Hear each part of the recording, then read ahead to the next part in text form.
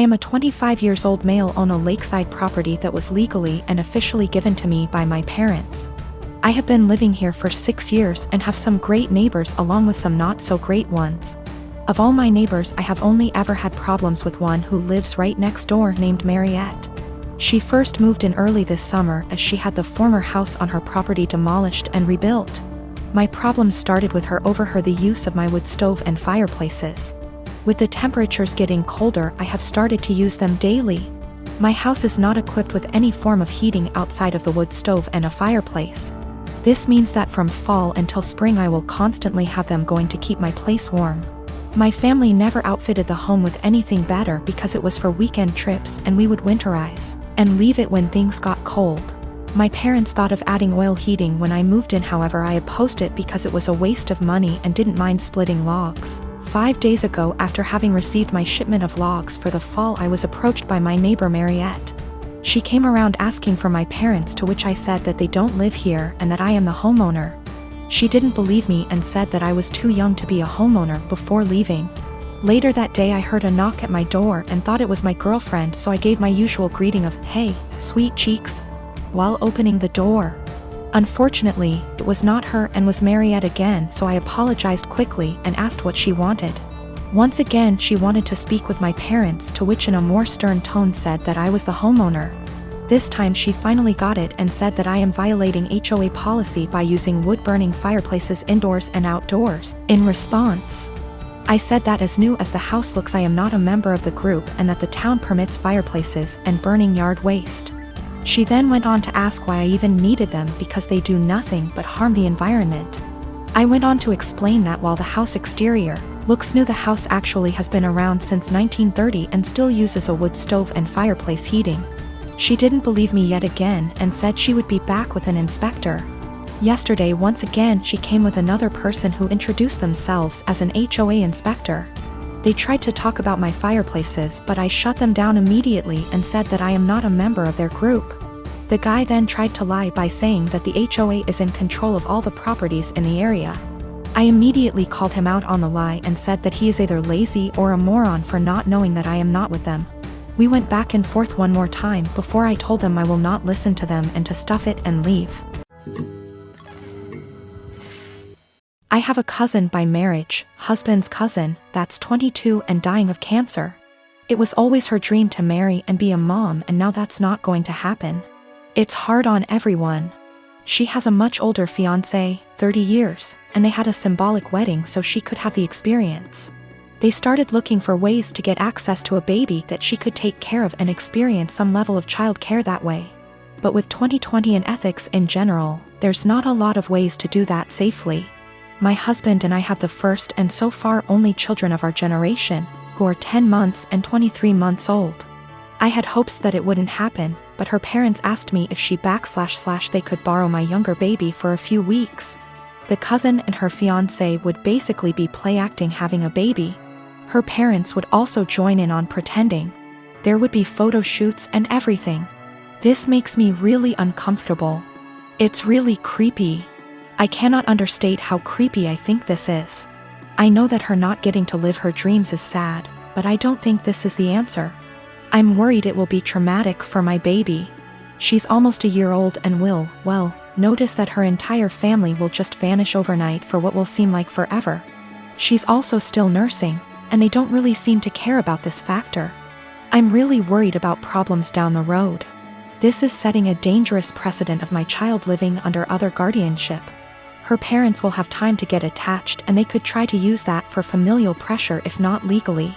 Her fiancé is also a wild card in that regard. I said no, and my husband's entire family is hounding us about this because her time is running out and it's time sensitive. They say we're being selfish. They say that we could use this as a free vacation and bond with our older child because I popped them out so close together. They want to compromise now by letting me come by a few times a day to bring milk. We still don't want to do this. Yesterday afternoon, we got an email from the cousin's parents offering actual dollar amounts for us to agree. We got enough from that to file a police report and at least get the threat in writing. We also had a call with my husband's parents and his siblings to basically clear the air. Apparently what they were telling people they asked for and what they were actually asking for were very different. Everyone on that call now had them blocked on social media except for mother-in-law, because of the cousin. I'm in a relationship with a guy who also works in tech. He makes $68K and I make $130K. I am a mechanical engineer at a robotics startup. He works at a more stable job doing programming at a large company. He brought me to meet his friends at a party and they asked me about myself. His friends mostly work in tech too and talked about themselves in terms of their jobs. I told them I'm an hiker, I do archery, I love road trips and camping and riding dirt bikes, etc. Basically talking about my hobbies because work is just a way to get paid to do the shit I love. It's not how I define myself and it doesn't come to mind when someone wants me to tell them about myself. One of his friends asked about work and I said, oh gosh, I don't want to talk about work at a party.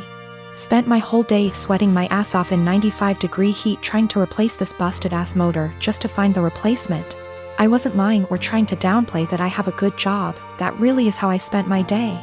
And I wasn't in the mood to talk shop at a party.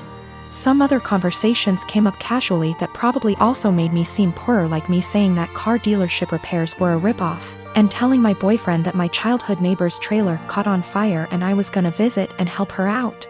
I wasn't doing it on purpose, I was literally just talking about my life, but I guess I gave the impression I was poorer. It got later in the night, everyone was getting drunker, and some of his friends, not close ones though, were making jokes about me growing up in a trailer and being a gold digger, and being ready to jump to a richer guy.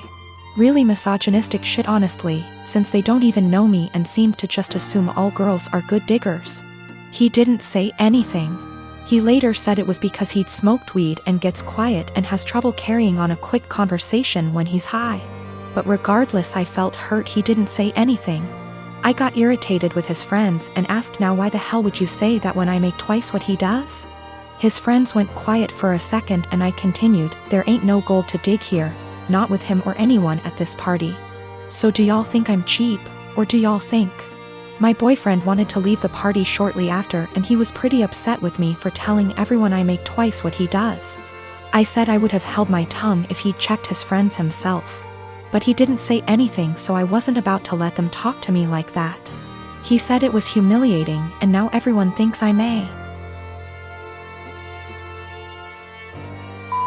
And I flippantly said at least they know I'm a rich.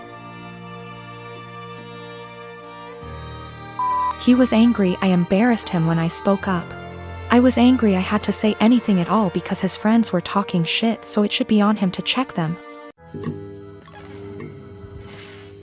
So me and my girlfriend have been together for about a year now. It's been a big adjustment, but I think we've done well so far.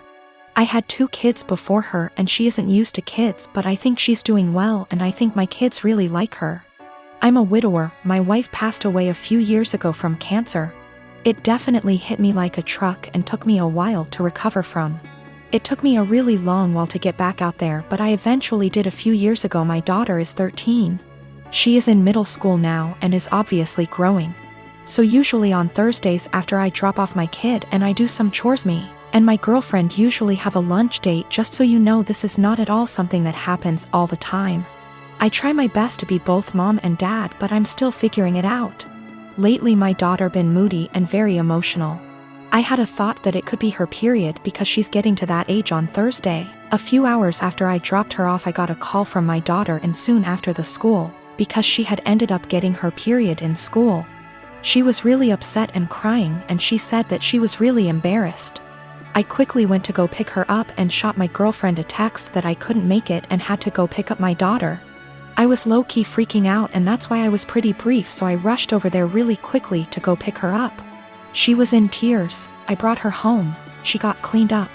My girlfriend came home while she was in the shower and I explained the situation, but she was still mad. I really wasn't expecting her to be mad. I don't really feel that I stood her up. I still sent her a text. It was really just under heat of the moment and I was really focused on one thing, and it was an honest mistake. She lost it on me, saying that it was a move to leave her hanging like that and not even answer the phone when she was calling her to see why I set her up. I never received a call from her. If she did, I triple-checked. I said I apologize for that, but I was in a rush to go to the store before I went to go pick up my daughter, and I was just focused on one thing. She said that it wasn't an excuse to stand her up. She said that it was just a period. The school gets her a change of clothes and a pad, they have it there, and it wasn't an excuse to be so disrespectful because she was taken care of. I tried saying that she probably just wanted to be in the comfort of her own home and she was really embarrassed, so I should go pick her up. She's still really upset at me, but I really don't get why, given the circumstances, I feel like this was justified. Then I stopped arguing with her to go check on my daughter because she was out of the shower. Me and her talked and everything, and now she's okay.